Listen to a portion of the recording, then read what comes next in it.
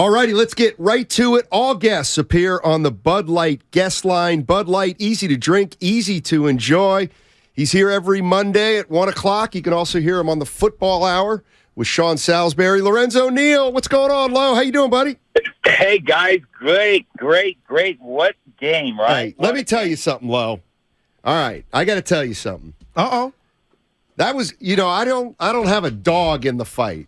That was a great game. Let me tell you why. To me, it seemed obvious that they were hitting harder than normal. They were tackling more surely than ever. I got to believe even a guy like you who played fullback in this league could see that they were kind of getting after it, right? I'm hitting the nail on the head, right? Hey, Steiny, they wasn't kind of getting after it. They were getting after it. That was two teams that came there with a purpose. And I'm going to tell you, both those teams fought hard. And I know Guru came on the short end of the stick, but Guru, if Pollard's not hurt and, if your field goal kicker is not got the yips, who knows what that game comes. I'm happy the Niners won. Don't get me wrong. I'm happy. But I'm telling you, I think people are dismissing the Dallas Cowboys. Like you said, Goose, the defensive coordinator, he ran so many games up front until Cal Shanahan said, okay, second half, I'm going to run 40 and 50 power. Let's get downhill. Let's not try to reach these guys and try to de-stretch, because when you're running those stunts, those TEs and the TEs, ETs and the TEs, these stunts, these are the linemen, they're crossing.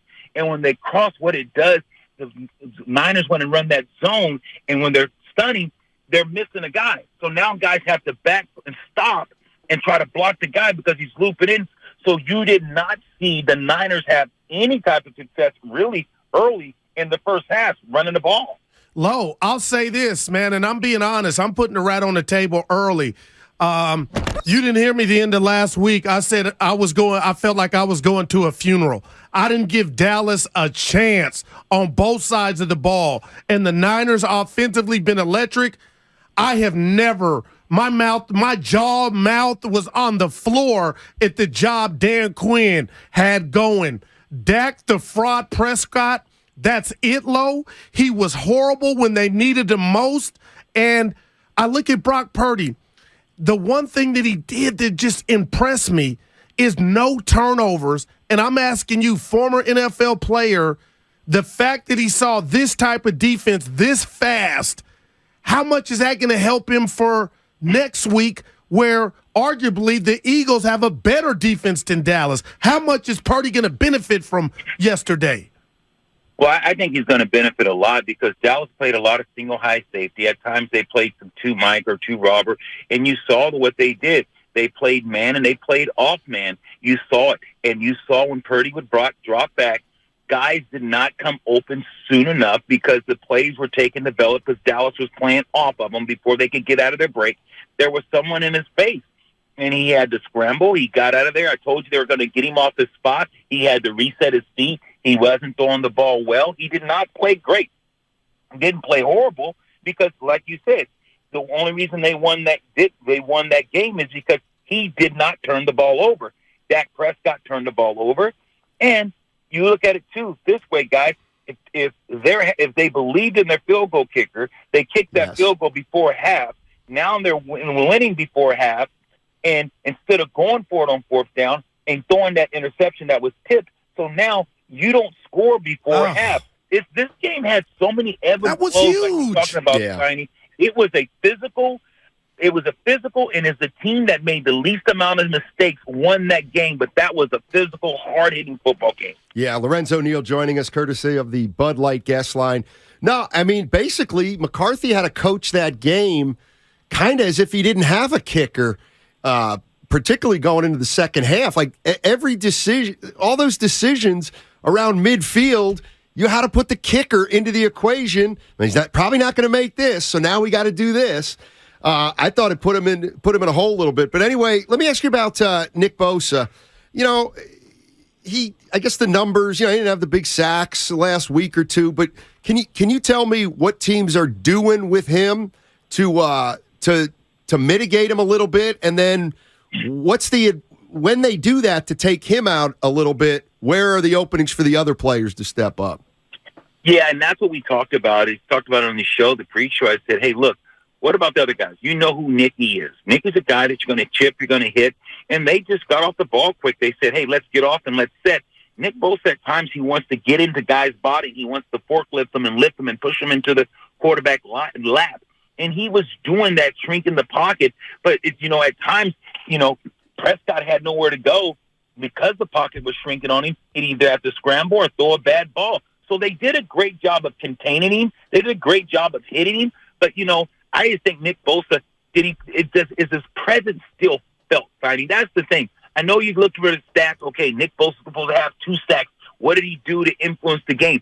It's the other things that he's doing. He's making the tackles uncomfortable. He's pushing the pocket into the quarterback. The quarterback, one of the throws overthrown because Nick had pushed the tackle, and so Dak has to alter some of his arm motions. They played really well defensive side of the ball.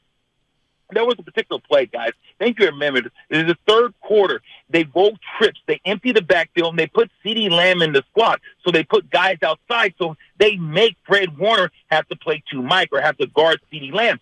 He ran with him down the middle of the field. Prescott threw the ball, but Fred Warner was running step for step with CeeDee Lamb, broke up that pass. I said, oh, my goodness, Fred Warner, guys, what he was able to do from a cover standpoint yesterday was legendary. They bent, but they didn't break. But, yeah, Nick Bosa, his presence still was thick. His presence still was felt, even though he didn't have a bunch of sacks. Lo, I got to tell you this. Steiny hates this phrase. We talked about phrases we're going to retire in 2023, but I turned you on yesterday, had family stuff, couldn't get to the game, and you were in your bag. So you did a great job on the pregame. Listen. Thank you. We only get to talk to you once a week. I was really down on Hurts. I thought he was hurt. I was down on Philly, but they dog walked the Giants. And we only get to talk to you once a week. From what you saw yesterday, Lo, and what you seen Saturday night from Philly, where are you at on the Lo Neal meter about what we're about to see in this clash come Sunday at 12 p.m. in Philly? Well, I tell you what. The Giants, if you watch that game again, Google, go back to the All-22 and go watch the Giants when they played against the Minnesota Vikings. You got to look at the quarterback. What the Giants quarterback was able to do on how many busted plays and things they just let him run free. He won that game for him because of the scrambling ability and the things that he did. He played a Philadelphia team that's a lot more athletic, a lot more niftier, a lot more faster. He did not do what he was able to do against the Minnesota Vikings. That was the game plan. The Giants last week when they played against Minnesota, a lot of that was broken plays, scramble drill, and making things happen. Minnesota is not a good ball club, and the Giants, yes, they had some good momentum going, but they ran into a buzzsaw in Philly. So, Guru, getting to Philly, I'm telling you, Jalen Hurts is a bad man. He can throw the ball. I didn't know how accurate he was. Watching him the other night, what he does on the play action, the illusion that he brings. Guys can't just pin their ears back because if you do, he will hurt you with his legs. I can tell you this. The San Francisco 49ers, they're not going to try to get in a shooting match with this team. I'm telling you what they're going to do, guys, because Dan Quinn showed what he can do defensively. The Niners in the second half, they start putting a hat on the hat. They start to run 50 and 40 power.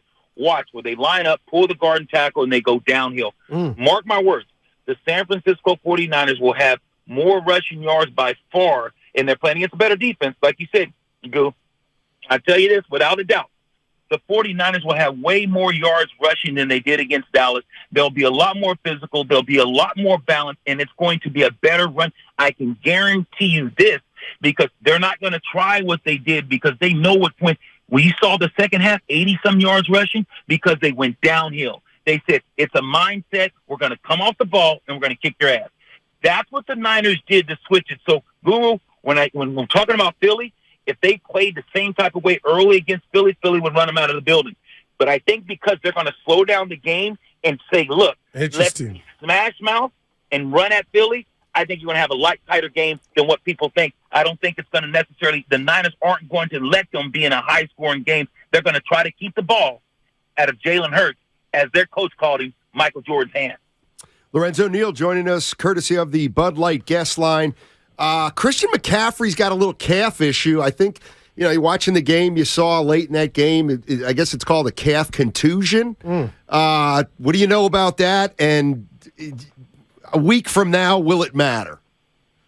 Yeah, I'll tell you what. He'll throw some MDS, get some of that horse magic on there, rub that thing out. It hurts. It hurts, Steiny. You're black and blue, but he's got to go ahead and just beat it up. Get that calf, and what you do is you dorsiflex it. So they'll wrap his leg, and they'll make it be flexed. So now it's stretching that calf and making sure it's stretched. They're icing it, ice, massage, make sure you move, break that up. I think he'll be fine. I wouldn't run him a lot this week, but he'll get in the motion. Calf contusion, you can get through, and I think he's going to be fine. But I think the biggest thing is Mitchell needs to be fine, because you're going to need him to be physical and get downhill, because this is a very, very athletic defense that you're getting ready to play against. I can't wait to see these guys get after, because these are going to be two physical games. You already know what's going to happen in Kansas City. It's the Cincinnati Bengals. And I'm going to tell you right now, guys, for me, I know this is, as I digress and go up 3-6. He's 3-0 against Mahomes, your boy Burrow. No, even if Mahomes is healthy, Burrows is Tom Brady to Peyton Manning with Mahomes. Mahomes is Peyton Manning, and Burrows is Tom Brady. Talking about that matchup.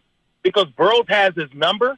He's not afraid of Mahomes got the rings, though, Lo, and 2 Super Bowl visits. Wait a minute. He's got one ring. He's got one. I'll make you. And he's got one ring. And guess who knocked him out last year? I know, Lo. At home. Guess who beat him? I got you. And here's the thing. If you told me to rank quarterback, you said if you had to pick to give me your top 3 quarterbacks, my number 1 quarterback would be Joe Burrows, and my number 2 would be Mahomes. Wow. Well, especially going into next week if Mahomes is banged up. Yeah. Lo, let me ask you this. Let me ask you this about the quarterbacks.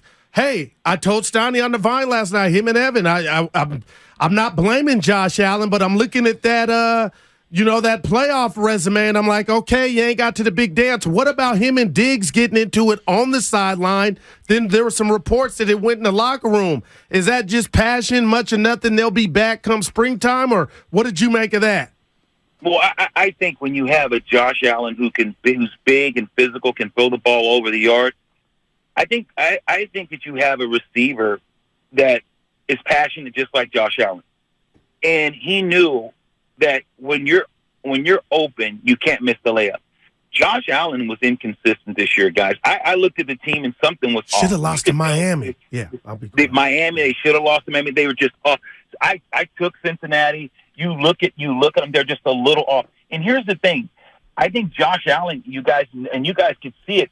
Sometimes he lets his emotions get the better of him, and he tries to become so physical. And it's like, Josh, you're a quarterback. You got to let that stuff go. You got to play within yourself. He's got to do a better job this offseason of understanding the nuances of being a quarterback. So I think his receivers and guys are disappointed because you are the leader in the face of that franchise. You just can't come unglued and take things personal, and you get out of rhythm, and now you don't have a chance when you got a guy like Joe Burrows on the other side that's slinging that thing all around the ballpark. You're listening to Lorenzo Neal, and he's live from the Bud Light guest line. Let me ask you this, Lo, the 49ers love to run the ball, and McCaffrey has not fumbled since Week 8, and Elijah Mitchell's hasn't fumbled in the last 7 games. I got to imagine you didn't fumble a lot, but what's the key to being a team that runs as much as the Niners do, but they're not putting the ball on, their running backs don't put the ball on the ground? Well, it starts with coaching. I mean, we had a guy in Sherm that was our running back coach, had with the Titans. I remember Sherm, he would just make us drill and drill and drill. And then, in San Diego, go look at LT. LT carried the ball more than anyone. I think he had like 1 or 2 fumbles, if that. Maybe I think 1 year did. I mean, and we ran the ball. It's because you got to have Clarence Shellman was the running back coach. We did so many drills running through so many different bags where guys are hitting at the ball, guys are pulling at the ball, balls have been soaked in water, holding the ball. So it's a mindset too. You don't be lackadaisical with the ball. The Niners have done a great job with their running backs, and those guys have made it an effort. It's an attitude. Just like running the ball is an attitude, not fumbling the ball is an attitude. When you hold it and you leave air for it to be punched out, and you hold the ball like a sack of potatoes and you hold it out wide away from your body, it's going to get knocked out. Watch how close those guys keep it high, and they keep the ball tight to their body, and they can't afford to lose the ball and lose turnovers, especially playing against the Philadelphia team, like you guys said, are cooking in Crisco, baby. They're cooking. Low, so I'm up there last night watching the post game with my cold cuts, my salami, cheese, crackers, little beverage. I'm watching you, and what did you do to use check? You kind of gave him this the bump chest. What did you do, and what did you say to him? I said, look at Low being frisky. Hey, Goo, I cannot lie. My Juice is my guy. You know I got to get fullback gloves. He's a physical guy. He wants to make things happen. He wants to mix it up. You saw him there on that fullback belly, almost gets in the end zone, picks up 8 yards. Next play, go ahead and let Christian score the touchdown. I mean, if you look at what he brings to the table, he's an extra lineman in the backfield because the way that he goes through. So, man, when he came out to the field after the game, after the win, I said, Juice, what's up, baby? And he knows old Neal because we go back. I'm like, give it to him, Daddy. Give it to him. So I love that guy. We had a great conversation last night, just talking about the same things that you guys asked. I said, what was it that kind of got you guys out of the running game so much? And he's like, I said, they're doing a lot of. He said, yes. And the twisting worse did give them problems, talking about the different twists that they were doing on the Dallas Cowboys. And I was like, hey, look like in the past game they were playing. He said, yes, they were playing a man, some off man. And time he would get to ready to let the ball go, someone was in his face. They pushed him off his point. So you saw those fundamental breakdowns by Purdy didn't look as good as we usually see him look. But the one thing that he did, guys, and I think, Guru, you alluded to it earlier, he did not turn the ball over. No, he didn't. Low Neal. The man. Thanks as always. We appreciate it. No worries. Cheers, guys.